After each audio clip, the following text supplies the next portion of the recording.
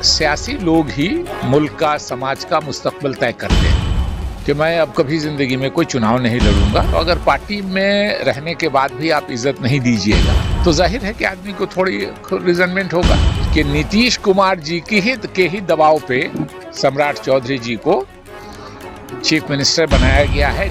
मैं नीतीश जी का मतदार हूँ। पिछले 20 साल से बिहार में एक बड़ा हिंदू मुस्लिम दंगा नहीं हुआ, इसका क्रेडिट नीतीश कुमार जी को जाता है।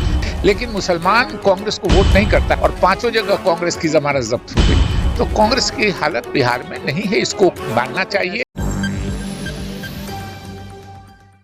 नहीं, देखिए, हमारे बहुत ही करीबी अजीज हैं इंतज़ार साहब, जो पहले साबिक सरपंच भी बहुत ही नौजवानी में हो गए थे।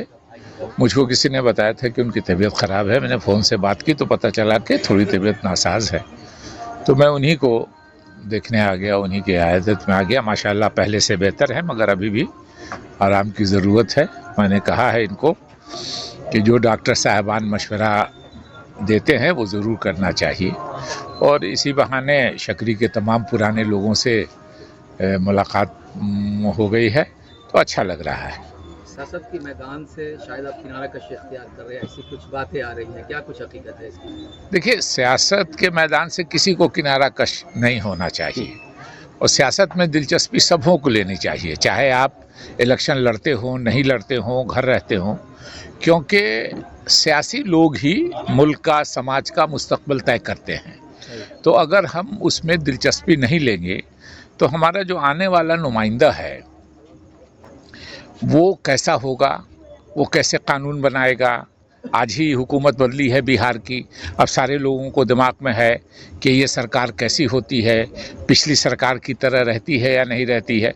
तो जाहिर है कि जिससे आपका मुस्तकबिल, आपके आने वाली पीढ़ियों का मुस्तकबिल डिपेंड करता हो जिस पे, तो उस सियासत में दिलचस्पी लेनी चाहिए। हम अगर नहीं जानेंगे कि कौन उम्मीदवार कैसा है तो उसको हम वोट कैसे देंगे। इसलिए ये दिलचस्पी लोगों को लेनी चाहिए। इसलिए हाँ, इलेक्शन में खड़ा होना नहीं खड़ा होना वो मैंने फैसला कर लिया। कल 3 साल पूरा हो जाएगा।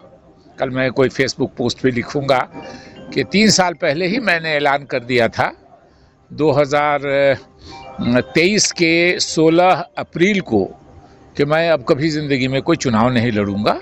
उस फैसले पर मैं कायम हूँ। मैं चुनाव नहीं लड़ूंगा, मगर कांग्रेस पार्टी का हिमायती रहूँगा। पहले भी था, मेरे आबा व अजदाद थे, मैं भी था। कांग्रेस का मेंबर नहीं हूँ मगर हिमायती हूँ। गुज़श्ता इलेक्शन में कुछ बातें आई थी, जो टिकट कंट्रीब्यूशन हुआ था, तो उसके ताल्लुक से कुछ बातें आप आई थी कि लोगों ने कहा कि आपने उसके खिलाफ जैसा बोला है, शायद कहीं ना कहीं आप खफा हैं कांग्रेस से, ऐसे कुछ बातें आई थी? नहीं, मुझसे बात नहीं की। देखिए, मैंने जब ये ऐलान कर दिया कि मैं चुनाव नहीं लड़ूंगा 3 साल पहले, मैंने ये ऐलान कर दिया। मैं चाहता था, मेरे 3 बेटे हैं, कि मेरे बेटों में से कोई एक सियासत में आए, लेकिन मेरे बच्चों ने इनकार कर दिया कि वो सियासत में उनको कोई दिलचस्पी नहीं है, वो नहीं आना चाहते हैं। मैंने वो भी ऐलान कर दिया था कि मैं भी नहीं लड़ूंगा, मेरे बच्चे भी नहीं लड़ेंगे। तब भी मैं पार्टी में था। तो अगर पार्टी में रहने के बाद भी आप इज्जत नहीं दीजिएगा, सलाह मशवरा नहीं कीजिएगा, तो जाहिर है कि आदमी को थोड़ी रिजनमेंट होगा। मैंने बहुत साफ बात कही थी कि मैं जहाँ से पार्लियामेंट का मेंबर था, 6 असेंबली हल्का होता है, जिसमें से 4 अलायंस पार्टनर को गया था, 2 कांग्रेस को मिली थी। और उन दोनों सीटों पर मुझसे जो यहाँ के लोग थे, राहुल गांधी जी के जो नुमाइंदे थे, उन्होंने कोई बात ही मुझसे नहीं की। और ये मैं मानता को तैयार नहीं हूँ कि वो राहुल गांधी की मर्जी के खिलाफ कर रहे थे। इसलिए मैंने कहा कि जहाँ आपको के वक़्त नहीं हो तो वहाँ से किनारे हो जाना ही अच्छा है। लेकिन हिमायती मैं कांग्रेस का कल भी था, मेरे आबा व अजदाद थे। जो उसूल, और हिंदी में जिसको सिद्धांत कहते हैं, जो मेरे बाप दादा ने लगभग 100 साल से हम लोग कांग्रेस से लगे हुए हैं, मेरा ख़ानदान लगा रहा, तो उस आइडियोलॉजी से कभी हम अलग नहीं हो सकते हैं। मैंने जो ख़त लिखा है उसमें लिखा है रिजिग्नेशन का भी, और जब 3 साल पहले लिखा था कि मेरी ज़िंदगी का आखिरी वोट भी कांग्रेस को मिलेगा, और तब तक मेरे कहने से अगर 5 लोग भी रहेंगे मेरी हिमायती, तो वो कांग्रेस को ही वोट देंगे। बहुत सियासी उथल पुथल के बाद आज शपथ ग्रहण हुआ है। शायद आपको आपके जहन में हो कि उन्होंने कहा था कि जब तक नीतीश साहब हारेंगे नहीं मैं पगड़ी नहीं खोलूंगा। आज उनका और जाहिर है सियासत में मौक़िफ़ चेंज होता रहता है। आपको हम लोगों को भी थोड़ा ताज्जुब है कि जो आ रही हैं मीडिया में बातें कि नीतीश कुमार जी के ही दबाव पे सम्राट चौधरी जी को चीफ मिनिस्टर बनाया गया है। नीतीश जी ही चाहते थे, जिनके खिलाफ उन्होंने पगड़ी बांधी थी वही नीतीश कुमार जी चाह रहे थे कि जो मीडिया में बातें आ रही हैं कि सम्राट चौधरी जी हों।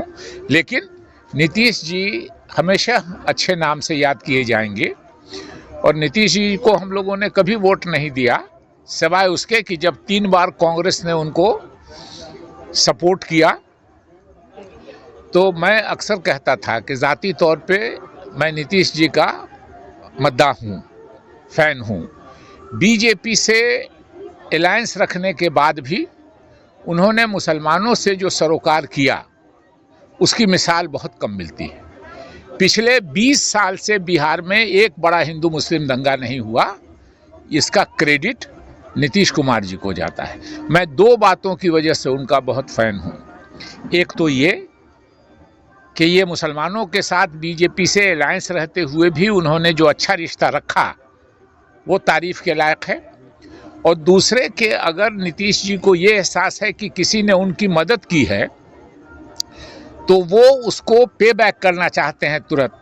2 बार जब नीतीश जी एनडीए से अलग हो गए मोदी जी के प्राइम मिनिस्टर होने के नाम पे, तो उनको मदद की ज़रूरत थी। मैंने कांग्रेस के एमएलए से उनकी मदद करवाई, ये उनको मालूम था। इसलिए हमसे उनके जो मुखालिफ थे वो नाराज़ भी हो गए, मुझको उसका नुकसान भी हुआ।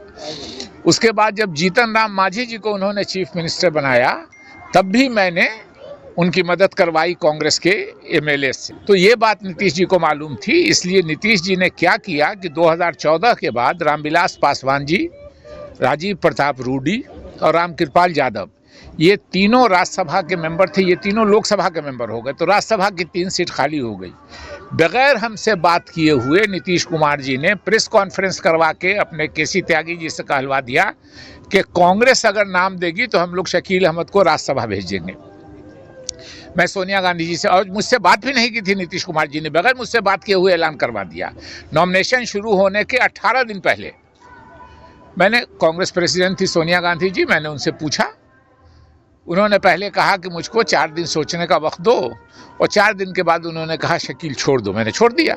लेकिन ये बात तो दिमाग में मेरे है कि बगैर हमारे कुछ कहे हुए, बगैर बताए हुए नीतीश कुमार जी ने अनाउंस कर दिया कि अगर कांग्रेस नाम देगी तो शकील अहमद को हम लोग राज्यसभा भेजेंगे। वो सिर्फ इसलिए कि हमने उनकी मदद करवाई थी 2 बार कांग्रेस की तरफ से। एक बार जब उन्होंने मोदी जी के प्रधानमंत्री के नाम पे एनडीए से रिश्ता तोड़ा था, और दूसरी बार जब उन्होंने जीतन राम मांझी जी को बनाना चाहा था। मैंने एक दिन कहा भी नीतीश जी को कि मैं आपका समर्थक नहीं हूँ, मैं आपका प्रशंसक हूँ। तो हंसने लगे, बोले क्यों? हमका समर्थक रहता तो आपकी पार्टी में रहता।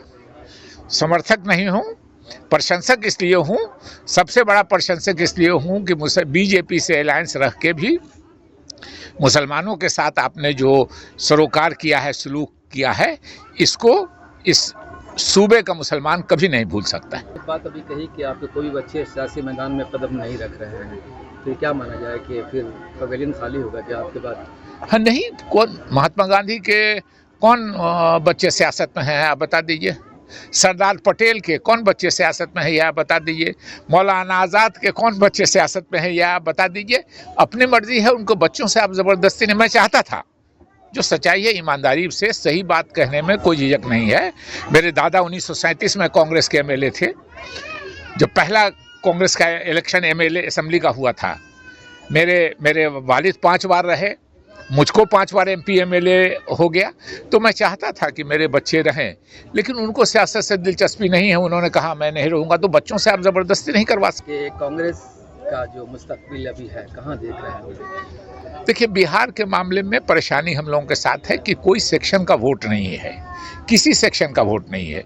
मुसलमानों को कुछ हमदर्दी है कांग्रेस से, इसलिए कि ज़्यादातर सूबों में कांग्रेस और बीजेपी की लड़ाई है। मध्य प्रदेश में कांग्रेस बीजेपी, राजस्थान में कांग्रेस बीजेपी, हिमाचल प्रदेश में कांग्रेस बीजेपी, और भी सूबों में कांग्रेस बीजेपी है। इसलिए कई सूबों में कांग्रेस भी, मुसलमानों को थोड़ी सी हमदर्दी है, लेकिन मुसलमान कांग्रेस को वोट नहीं करता है। मुसलमान बेसिकली वोट करता है एंटी बीजेपी को।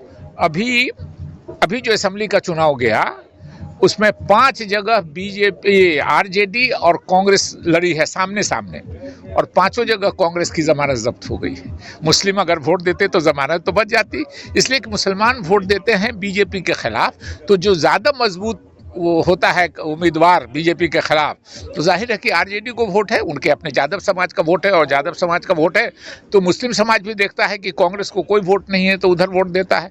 हमारे एक कैंडिडेट को इस असेंबली के चुनाव में जो आरजेडी के खिलाफ लड़े तो 1800 वोट आया।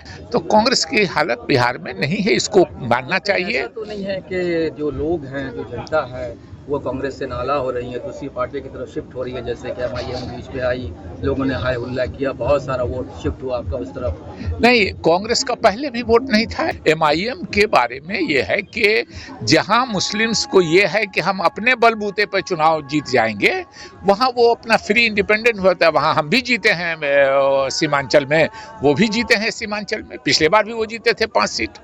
मैं मसूद अहमद उर्फ इंतज़ार, पूर्व सरपंच सकरी पश्चिमी, और मैं शुक्रगुजार डॉक्टर शकील अहमद साहब जो पूर्व गृह राज्य मंत्री भारत सरकार में थे, उनका मैं शुक्रिया अदा करता हूं कि मेरी तबीयत ख़राब होने का सुनने के बाद वो तुरंत आए हमसे हमारी तबीयत को देखने के लिए।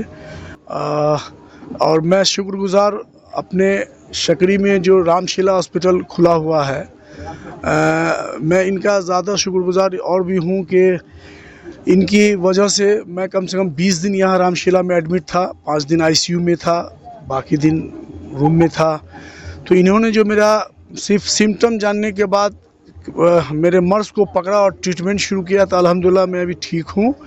और इलाके के लिए ये खुशकिस्मती है कि रामशिला में डॉक्टर फैजुल साहब जैसी टीम या उनकी जो पूरी टीम है, वो लोग इतनी बड़ी सर्विस, इतनी अच्छी सर्विस दे रहे हैं, और इस रेडियस में वो हॉस्पिटल इलाके के लिए बहुत फ़ायदेमंद है, गनीमत है।